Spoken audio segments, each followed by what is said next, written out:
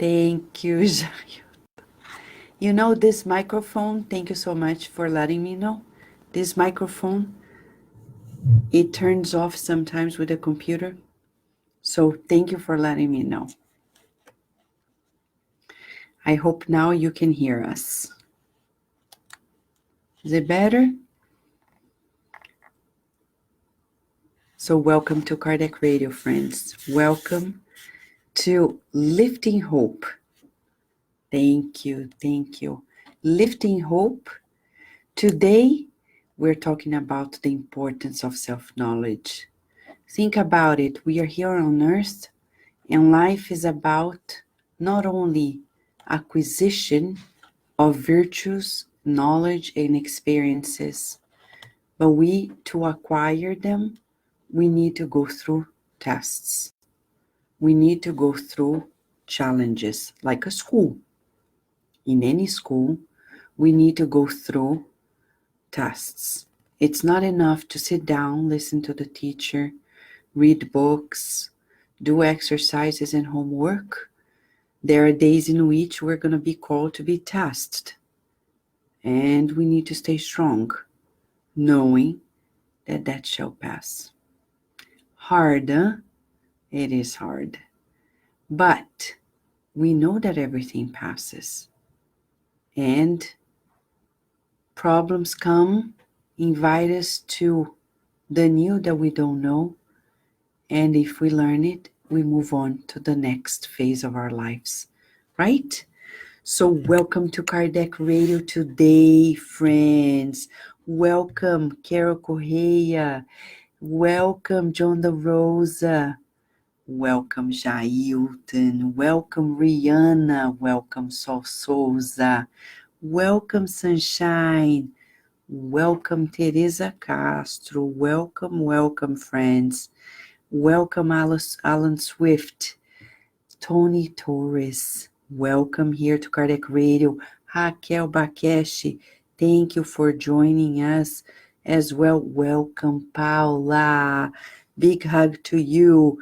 And of course, if I haven't said your name and you're around, because I see other people too, and you want to say something, write it out. Remember, we're in this classroom together, learning together. This book, I didn't write this book, so I'm learning as much as you are. And this book, Memoir of a Suicide, is the book of hope from beginning to end, because it shows to us that we are never doomed to hell. Hell is a state of mind that may happen even here on earth when there is no certainty to the end of suffering, right? Today, we're beginning a new chapter. This new chapter, hello, Raquel Villiers, hello, Patty Soares, Gerval Silva, hello, friends, welcome to Kardec Radio. We are here studying today chapter 18 of the book Memoirs of a Suicide. Okay, this chapter of the book is titled Man, Know Thyself. Where are Camilo Castelo Branco, Belarmino, João de Azevedo? Where are they? They are at the university sector. They are taking courses. They will spend years in this initiation of the spiritual sciences.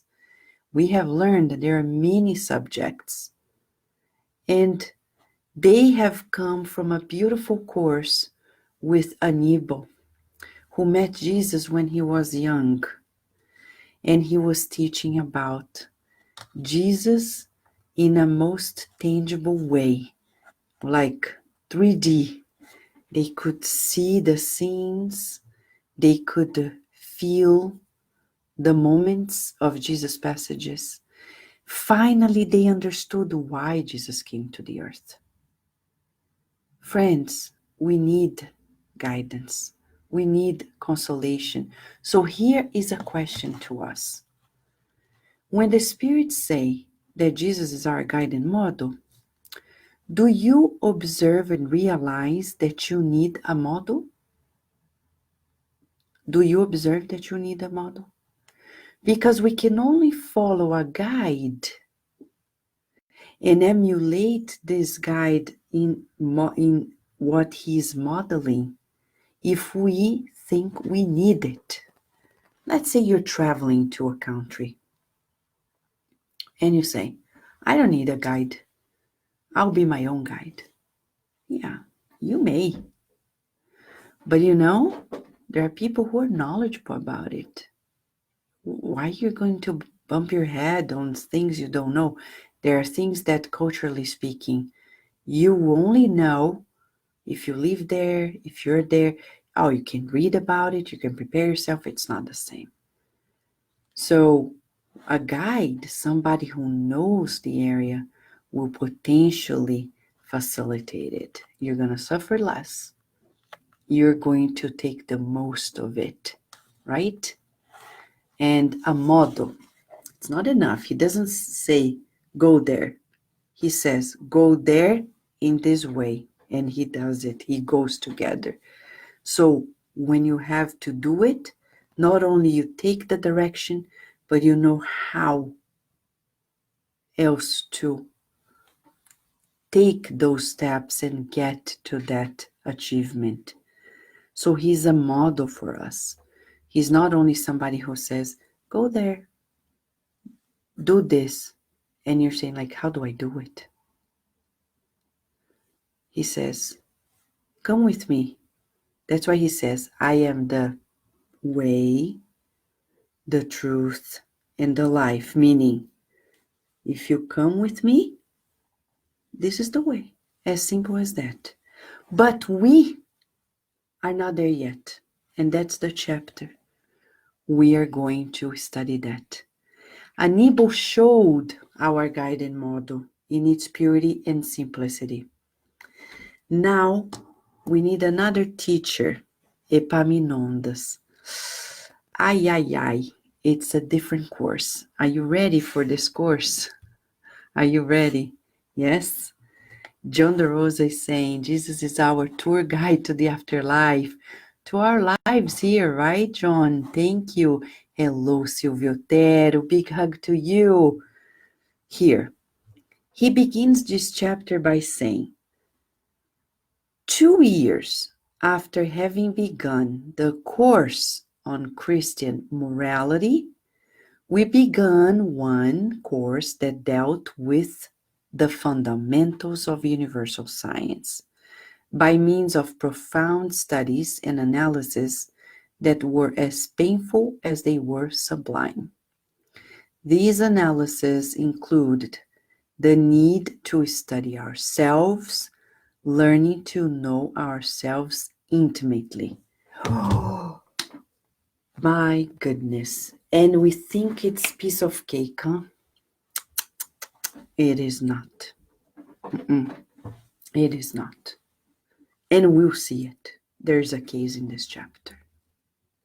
We will see that this meticulous personal examination were done in terrifying detail to confront our pride and vanity, the harmful passions that had contributed to our fall into the abyss. Stop, stop, stop, because this is not about Camilo, Bellarmino, it's about ourselves. Because we know that we have pride and vanity, selfishness, and we're blind to it.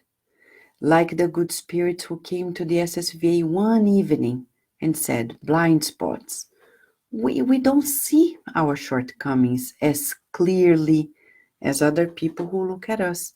And they can look at us and say, oh. And we look at ourselves in the mirror and say, ah. And we are like blind to our own shortcomings. When we are incarnated, we defend ourselves too much. But when we're discarnated, it's no different.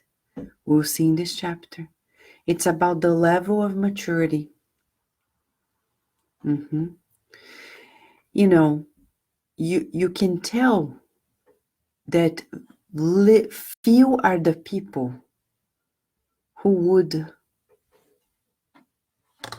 take a course like this. He says, study ourselves thoroughly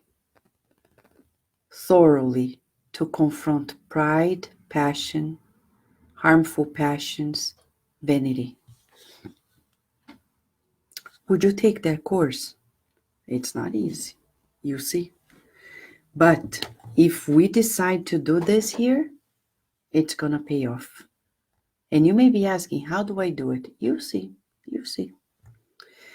So they had the opportunity to dissect not only the character, the conscience, and the soul of one another, okay?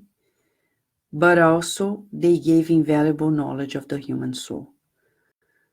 The professor of this magnificent course was the Venerable Epaminondas de Vigo, a spirit whose rigor of conduct, unassailable virtues, and inexhaustible energy infused us not only with reverence, but a feeling of true fear. In his presence, we felt stripped of the disguises of any mitigating factors invented by conciliatory sophisms. He's talking about masks. The shameful weight of our inferiority and the humiliation of the uncomfortable situation of being responsible for our degrading wrongdoings. We were thoroughly aware of the fact that we were but rebels whose fully obligated selfless workers of the spirit world to make constant sacrifices in order to lift us out of the darkness into which we had plunged headlong. The professor helped us examine our conscience, leading it to unfold itself to remotest memories of our past series of earthly migrations. When he scrutinized our soul, piercing it with scintillating gaze of psychic forces that felt like assaults of irresistible energies, profound upheaval shook the folds of our being, and afflictive desires to flee both him and ourselves maddened our senses. And of course, he compares the course with Aníbal about Jesus and the hope, and now Epaminondas. But you need both courses, or we won't progress. That's what he says. However, such classes were as necessary for our psychical development as those taught by Aníbal. In fact, they were their continuation, as we will explain later. He talks about other courses, for example, a third course in which they had practical applications in their daily lives of the values that they were studying and the observations. On Sundays, they would rest and they would mingle with friends. They would even visit other hospitals, etc. But before we go there, I want to go straight to the main slogan of Epaminondas' course. Man, thyself. Imagine if you enter a classroom, as he's saying, and it says there, know yourself. Okay? On earth, we are not mature enough to get to that level. Right? Are we? No. We don't want anybody to help us see our shortcomings. We don't like it. But here, in the book Memoirs of a Suicide, it's reinforcing to us, and I will open the Spirit's book, to show to us that the Memoirs of a Suicide book is precisely a book that expands the teachings of Kardec. And I'll tell you precise because I can't recall it. The question. Okay. Question 919. Kardec asked in the Spirit's book, 919, what is the most effective means for improving ourselves in this life and for resisting the draw of evil, improving ourselves and effectively, right? Productively, and resisting the wrongdoings. The answer, a sage of antiquity has told you, know thyself. So we need to know who we are. We need to know who we are. It's inevitable. We need to know who we are. And here, in this chapter 18 of the book Memoirs of Suicide, we have the living proof that self-knowledge can save our lives. Now we have to share something that is very important. And Mentor Joseph says, we have to repeat these things and share it all the time. For us, parents and educators, we need to help our children in that self-knowledge since the very early years of life. When they say, this homework is too hard, do you want me to give a name to this? That's laziness. In previous lives, we didn't have schools like the ones we have now. But in this life, God wants us to go to the schools and do this. And our goal is to make effort, because we're not going to create new muscles and be strong if we only do the easy things. We have to love the hard ones. Vanessa, is that possible to really love the challenges and the tests and the exams? I think so. But that doesn't mean we are going to do it easily. It means we are going to apply ourselves with greater intention. It's hard, but we're going to say, well, if God believes that this is the best for me now, I will trust in Him that this situation, this circumstance is the best for me to educate myself. And if I doubt it, I can ask the good spirits to take me to the spiritual realm while I am incarnated and do a quick refresh of previous lives to prove to us that there are reasons why we need the current scenario. In this book, that's one of the techniques that they use in the spiritual realm for incarnates and discarnates. They can take us from this. Remember the chapter that talked about the parents who didn't want to be parents of the suicides. They brought them during sleep time and said, okay, you don't want this? Okay, let me show you the previous life. And they were like, oh my gosh, I can't believe it. No, that's what it is. Observe it. You need it for your own redemption. It's not punishment. It's to secure your progress. This is the best educational method to make sure that you go back to your inner alignment, inner balancing.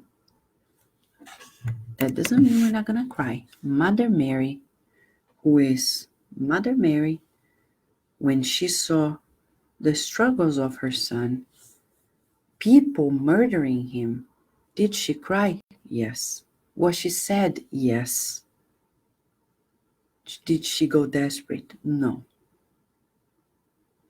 She surrendered, but she cried. But she felt sad. So, expressing our emotions for the moment is fine, as long as we are not defined by them. I can be sad, I can I may need some time to organize myself, but then I won't give up. Will you? Chapter 64 of the book Our Daily Bread by Emmanuel says, we better suffer doing the good. Because he says, what a rational mind. Emmanuel says, some people are afraid of doing the good because of the challenges of the way, the retaliations, the incomprehensions, the difficult scenarios, the challenges. But he said, well, if we stay in evil pathways, we'll also pay a high price for it. Not doing the good has its price as well, and it's even worse, more afflictive. So what do you prefer? To be tired and to be misunderstood doing the good or doing evil? So he says, let us put all of our efforts in helping Jesus. All of our energies, he says, in helping Jesus in his works. It's worthwhile suffering for the good, because we will go through afflictions either way. It's a choice, doing the good or not doing the good. There are people who are afraid of doing the good because of persecutions, misunderstandings, challenges, and problems. But what's worse? To be afflicted not doing the good, or be afflicted while doing the good? He says, at the end of the day, the balance will be different. Okay? So it pays off to make an effort and get to know who we are. He said, our knowledge continued to expand as such gatherings we were able to garner notions of classical arts, transcendental classical art. And he says, learning notions as means of serving God in creation, that is, utilizing the beautiful. We must emphasize the fact that besides being scientists, our masters were also aesthetes, enamored of the supreme beauty that originates in the sempiternal artist, God. Okay, so in one of the enchanting palaces of Academic Avenue was the School of Sciences of Hope City University. It talks about the architecture, and it talks about the knowledge in Epaminondas' classroom. And he says to us here that Epaminondas stood up, and for the first time they could hear his voice. He was energetic, he was positive, he was intrepid, he was commanding. The words of the new master, who in the past had been burned at stake because of his love for the lofty principles of truth, expanded throughout the immense hall, vibrating under the domes above, imprinting themselves on the folds of our soul and awakening our faculties for new moral, mental, intellectual, and spiritual conquests. Okay? But he was modest, he was venerable, he had a long beard, and his clothes had immaculate whiteness, very luminous.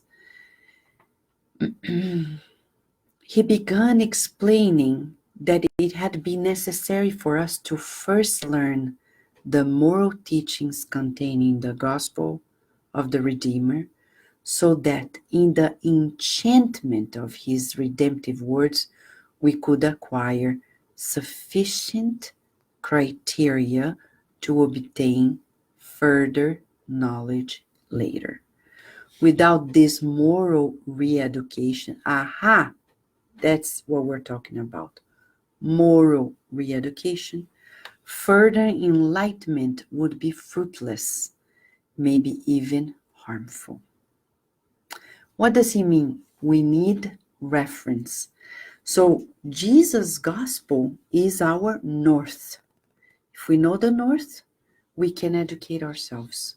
So the expression here is moral re-education. Let us keep that in mind.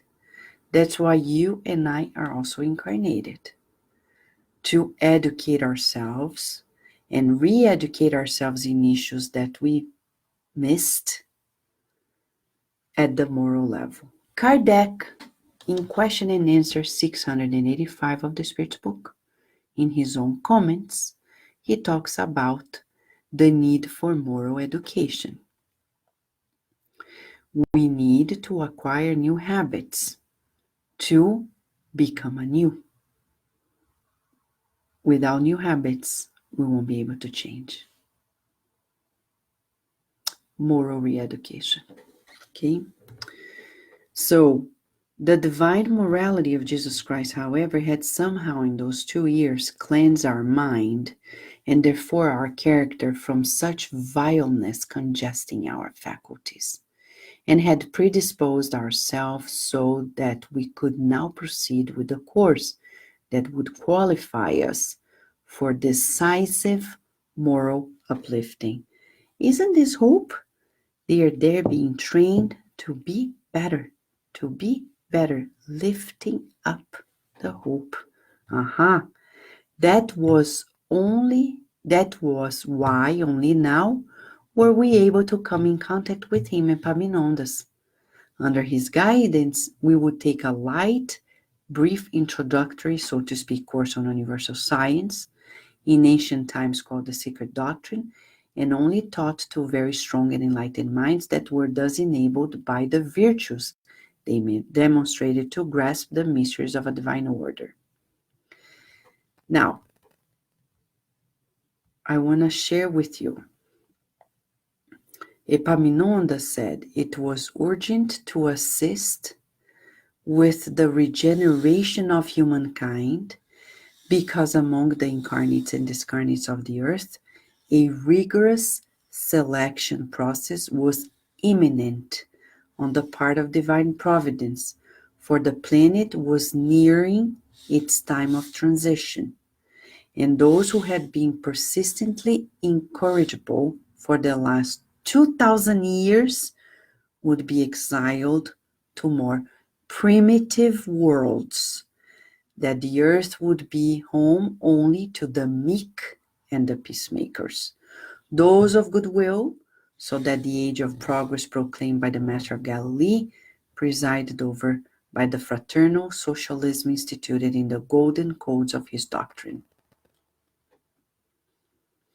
So these teachers are working hard with you and I and all of us to make sure that we march steadily toward our regeneration, because the time clock is ticking, is saying, time is up, time is up, time is up, come on, come on, come on. We can no longer afford falling behind.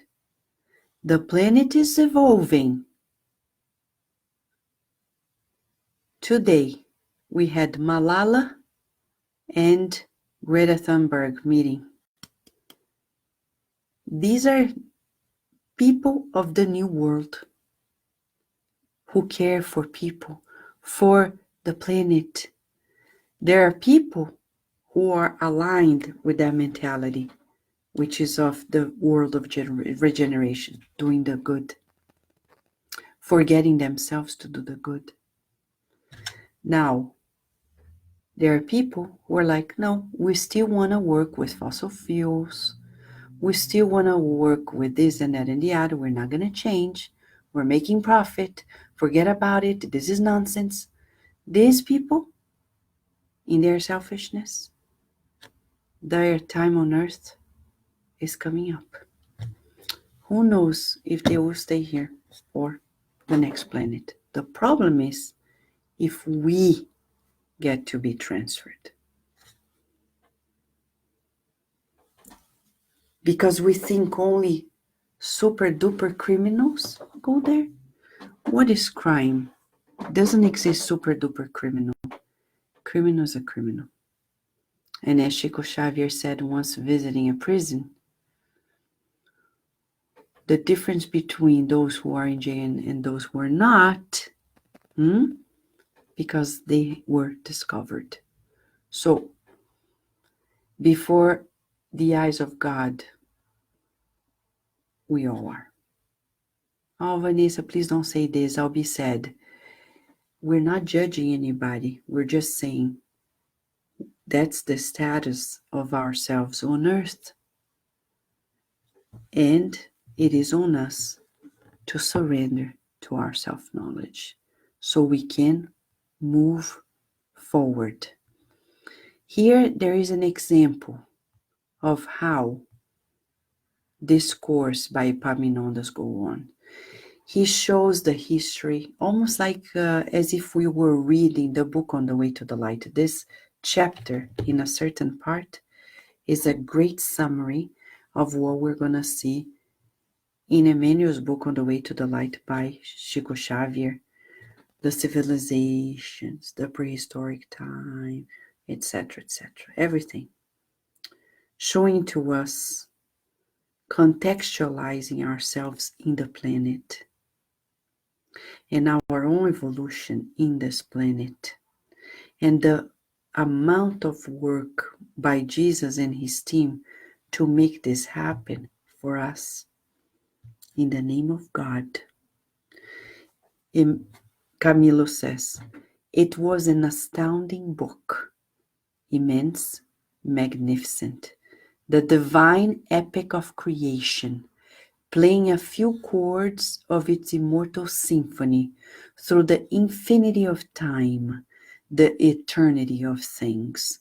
In that book, we learn the ABCs of initiation, gradually and patiently, at times enraptured to elation, while at others bathed in fearful tears, but always avid and enchanted, eager for more knowledge, and lamenting more than ever our diminutive capacity as suicides, which did not allow us to see even a third of the sublime plan offered by nature.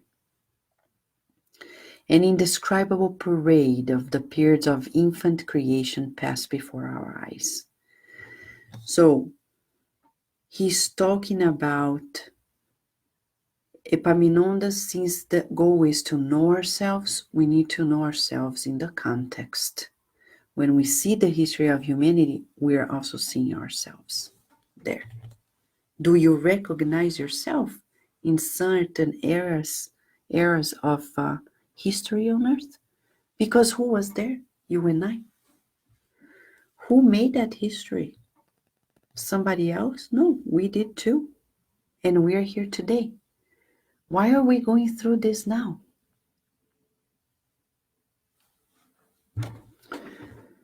So he talks about the evolution of the species.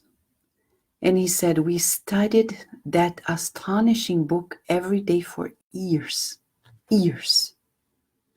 Its intensity and magnificence often brought on vertigo, causing us to become sick and in need of recouping our mental energies by visiting the clinicians in charge of our care.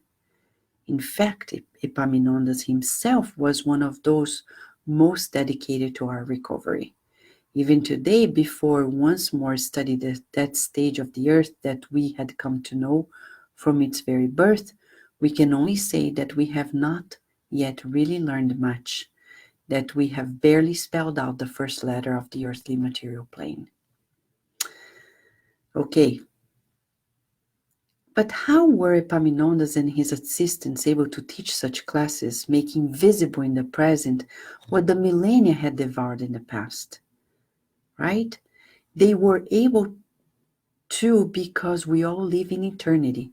We're citizens of the infinite, and for infinity and for eternity, what exists is the present moment, without sunsets, without lapses. Eternity lives within the present because that is exactly what it is. Epaminondas extracted the magnificent matter for the classes from the luminous waves of the invisible ether that is, from the archives of the infinite and the sacred storehouses of eternity. Eternalized images were taken from the vibrational waves of the luminous ether. The reproduction of what had happened on the earth since its creation had been stored, photographed, and impressed on the vibrations of light, like the backdrop of a fragile soap bubble. These images were selected by the mages of the transcendental science, etc., etc. Imagine if NASA scientists knew about this. Huh? They will get to know. What a shortcut, huh? Right? And he says, I cannot fail to mention the sublime spectacle of the harmonious evolution of the heavenly bodies, which was part of our studies. This time, however, our classes were no longer restricted to this classroom. They entailed excursions in outer space, traveling throughout the infinite like students on a field trip, almost like the cartoon Magic School Bus. Can you imagine? Have you watched it? Magic School Bus? Go to YouTube, Netflix, and you see the beautiful things that they do. It's almost like what he's describing here. They take those things and go out in space, back in time, and they become big and small depending on what they need, and they really study it. That cartoon is portraying pretty much what they can do in the spiritual realm. Our very limited abilities, however, did not allow us the fantastic contemplation of the stellar worlds in all their astonishing grandeur. Solely for the purposes of stimulation, we were allowed to experience a more or less approximate vision of that resplendent grandeur by means of devices that were adequate for the insights of astronomy, of which we had but a pallid idea, etc., etc. And you may be asking, Vanessa, but what is this to do with self-knowledge, right? Because it's about us in the universe. We need to contextualize. We're not like a solitary individual being in the world, in the universe. In order to become familiar with certain particularities of the human personality, we went with our masters on field trips. Surya Omar was the instructor for this new modality, accompanied by lucid and equally knowledgeable assistants. We visited hospitals, and like medical students, we observed the constitution of the perispirit of brothers and sisters still connected to the physical bodies. We're also assisted by Brother Teocrito and friends, the doctors Roberto and Carlos de Canalejas. For many years, we periodically went down to the earth to spend a few hours in hospitals and healthcare facilities, studying the phenomena of the emancipation of the soul. We also visited private homes and even prisons, waiting for those sentenced to death, because we had to enrich our minds by analyzing all forms of the phenomenon of the separation of the spirit from its temporary physical envelope. And then they are studying and studying. These experiences reached their peak when we had to observe also the premature separation of the souls from their physical bodies as a result of suicide. So they are in a course in which they have to do internships and really go to the field to observe and to help. They even joined the caravans to the Valley of Suicides, where they once were. Compassionately, we would try to converse with them, encouraging and consoling them. But we were not heard. We were nameless passersby. Hence, We discovered that during our stay there long ago, we too had been benevolently assisted without ever even suspecting it. Pause. We're here. And we think we're alone. And there are many spirits who visit us, who are with us day and night, to help us, to support us, to protect us. And we don't realize it. It happens to us.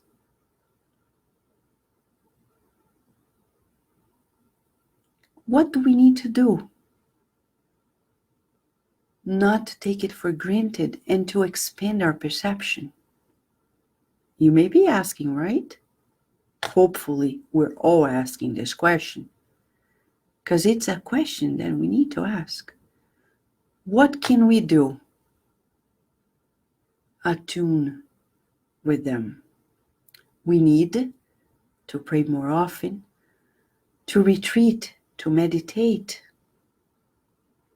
Because if we spend the whole day on our cell phones, paying attention to material life, we won't hear it.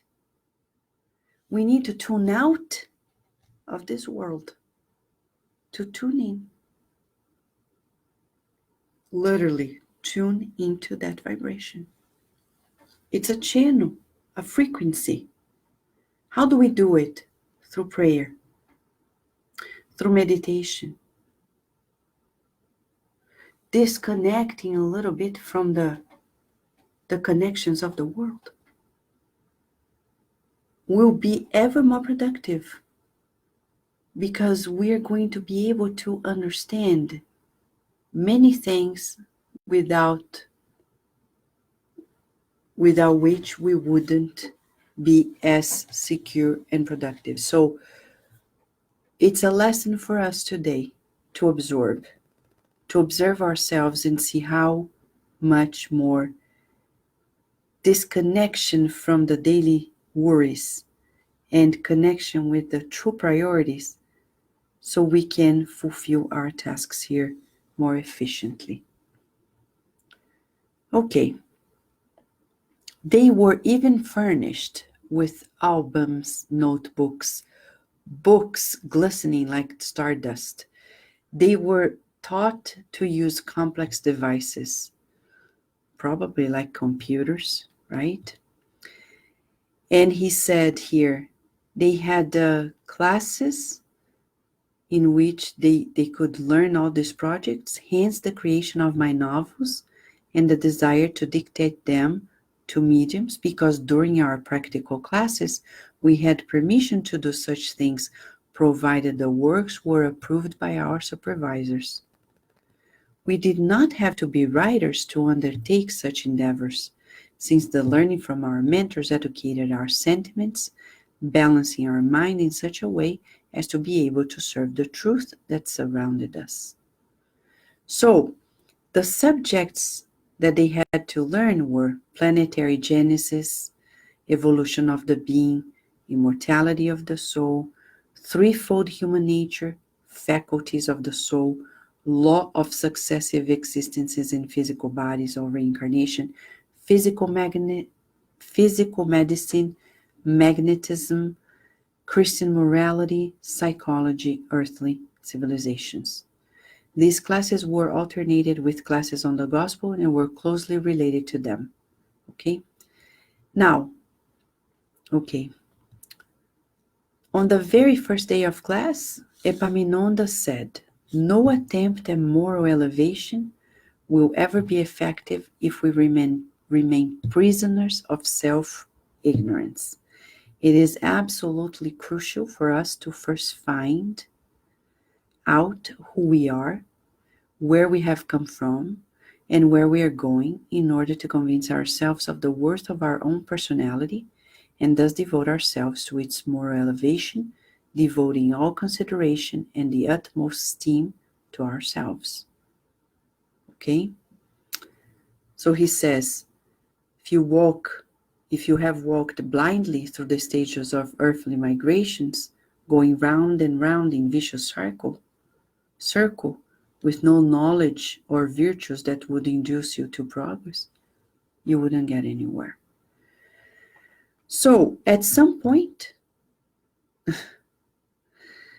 he called one of the students in the classroom who was of suicide, a Brazilian of Roman descent named Amadeu Ferrari, who was from São Paulo.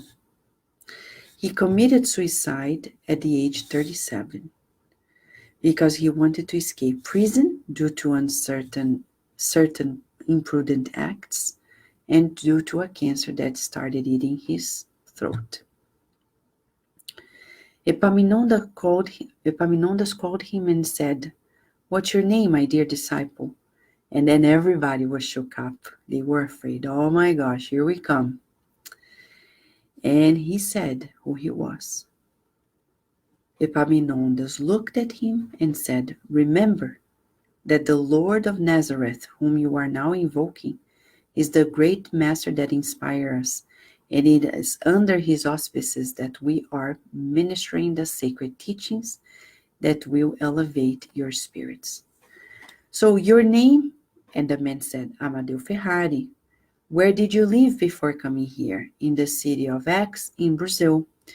"Why did you try to evade your destiny?" Tarara, tarara. And then, "Oh, luckily, sir, it was only a nightmare, a passing madness. I wasn't able to kill myself. I am alive, alive. Praise the Lord." The teacher said, "I'll ask you again, Amadeu Ferrari. Why did you want to vanish from yourself and others?" Darari, darara. "Sir, actually, I got depressed." "Well, but do I have to answer in front of all these people? Is this a courtroom or something?" And the teacher replied, "Yes, indeed, there is a courtroom, and you all have to face it. It's your own conscience, which has begun to awaken from the long lethargy that has kept it bound to the most deplorable thoughtlessness for centuries." And he keeps saying it. "But sir, poverty, illness, discouragement were the cause. I committed a grave wrong when faced with such painful circumstances. I had no other recourse but to do what I did, present my illness." "And did that act, suicide, wash away the blemish that had contaminated you?"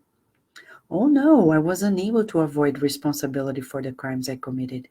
I feel disgraced for having embezzled funds." And then he talks about that.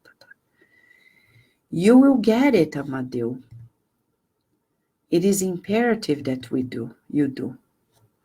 So Epaminondas sees that Amadeu Ferrari, he understands the wrong he did as a suicide, but he's still justifying it, like, "But, look at my circumstance, but, and aren't we not like this? But. So Epaminondas, in his course, he takes two assistants, and they place the Amadeu Ferrari in front of mirrored screens. Everybody was quiet. Epaminondas then looks at Amadeu Ferrari and says, "Pay close attention. Your brother's story is your story.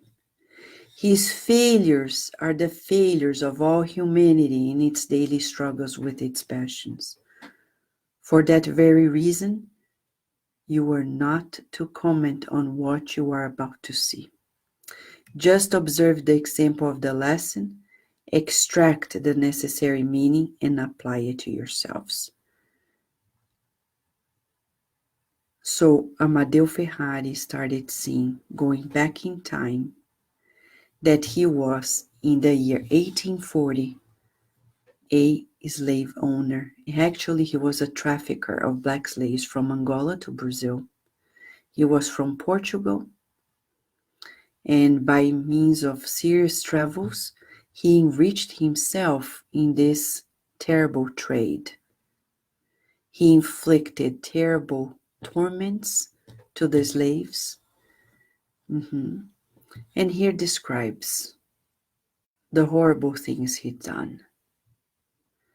When he's watching it, just one life, he looks and says, "Have pity on me, Lord." He cried out in expressions of pain and repentance, repeating in front of the vast assembly the vehement plea that had been the cause of expiatory existence. "I am a disgrace and a wretch," and he says, "Please help me." And he says, "I need to reincarnate." And Epaminondas says, "Yes, you're right. Reincarnation is a blessed opportunity for the guilty to redeem themselves. You must endure poverty, cancer, perjury, but they will be even worse due to the evils that you accumulated by your having committed suicide because you did not want to submit to them. But don't kid yourself. It will take more than just one expiatory reincarnation to redeem the wrongs that we are recalling about." I know it's intense, and I apologize if we have to share this much, but Kardec Radio is here to talk about the way, the truth, and the life. As Epaminondas, the teacher, said, the story of Amadeu Ferrari is ours in so many ways, because none of us on earth are here because we need to go to the beach and have a beach house and a mountain house and a beautiful job and a cute family. I'm sorry, but this is not the purpose of our lives. We're not here for that. We're here to become less selfish, less proud of ourselves, and dedicate our time to the benefit of others. Until then, we will suffer and suffer, and if we need to reincarnate many times to readjust, we will. Amadeu Ferrari learned that when he discarnated in that life of the 19th century as a slave owner and trafficker, he was obsessed and enslaved by those whom he enslaved and who were angry at him. Until one day he prayed and he was rescued by one of his former slaves named Felicio. And we've come to know that Felicio, though one of his slaves forgave him, because in the ancient Rome times, Felicio himself was a man who was cruel, who also had slaves. So almost like 19 centuries later, he subjects himself to a circumstance in which he is going to end up into slavery. But he's also facing someone who was a son to him in a previous life. Why are we sharing this? Because in this book, it shows to us that none of the people we meet is by chance. That we need to strive to demand less from one another and give more of ourselves. Because if we could right now sit with Master Epaminondas and see our previous lives, we probably would ask Jesus to send us to another planet. We wouldn't even feel deserving of being this planet. But yes, I don't like that guilt that I'm feeling right now. Don't feel it. Let us not work on guilt. Let's take responsibility. Say, like Saul of Tarsus, yes, I made a mistake. I want to correct myself. That's it. Let us just allow ourselves to be re-educated. Today, our homework is to tell ourselves in the next 24 hours, I accept the educational lessons that life is giving to me. I accept the educational lessons that life is giving to me. I accept the educational lessons that life is giving to me. We're not going to escape. If God thinks we're strong enough to go through it, let's stay together and go through it. Okay? Fear is not going to lead us to any good. It is the faith that we are only going through the tests that we are ready to pass. You're ready to pass the test? Yes, we are. I know we are. I know we are. Yes, yes, we are going to go through this. So let us now play the Ave Maria. I'm just going to play it here. And as we listen to it, let us join forces, frequency, in that attunement with Mother Mary's team. Let us hope that we can join in and partake in this beautiful effort, because there are many people who are suffering as we speak, immensely, much more than we are. If you say, but Vanessa, I'm too. Who amongst us is not, right? But think about the people who are suffering and don't know what we know. It's even harder, right? Ready? Let us go. Let us pray. Visualizing Mother Mary with us.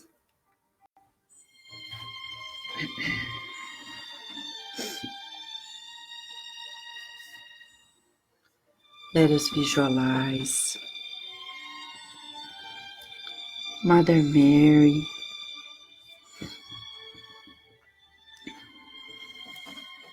her beautiful and loving smile. She understands us. She cares for all of us. Let us observe that she treats us kindly and envelops us in her blanket of healing light. It's warm and it balances us.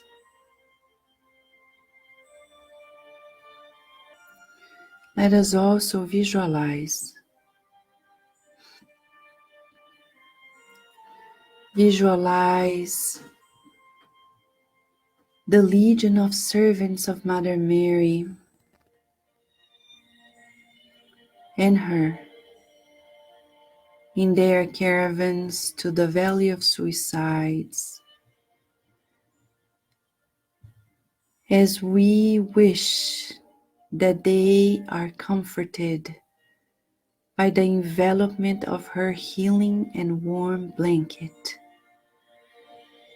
as her team of servants, the guards, rescue those who are prepared for the next step in their rehabilitation. And we right now pray for those who are desperate on earth, the incarnates, who are going through difficulties they cannot sort out. Let us visualize Mother Mary's sky blue blanket of healing light, enveloping them, and she kindly whispering to them, "My dear child, this shall pass. My dear child, this shall pass. My dear child, this shall pass." And she feels the love and compassion for all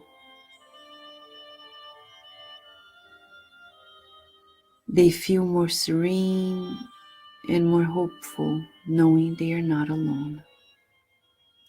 New solutions will be presented themselves. Mother Mary, we express our gratitude to you. Thank you for giving us of your presence, of your protection and inspiration.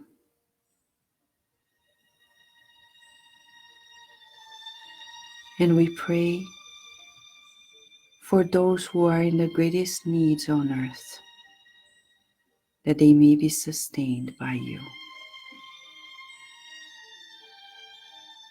May we stay under your inspiration today and always, and so be it.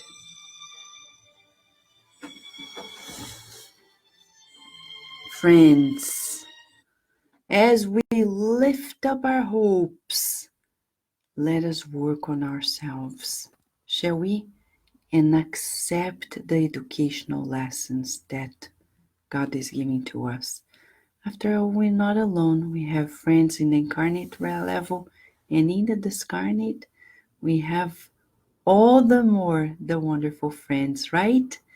Thank you, dear friends. Thank you, Sunshine, for reminding us of St. Augustine's beautiful technique of self-knowledge when we go to sleep and revisit our days. Thank you, Silvio Otero, for your loving kindness. Thank you, friends. Until tomorrow, God willing, always here at Kardec Radio, nourishing our souls. Thank you, friends.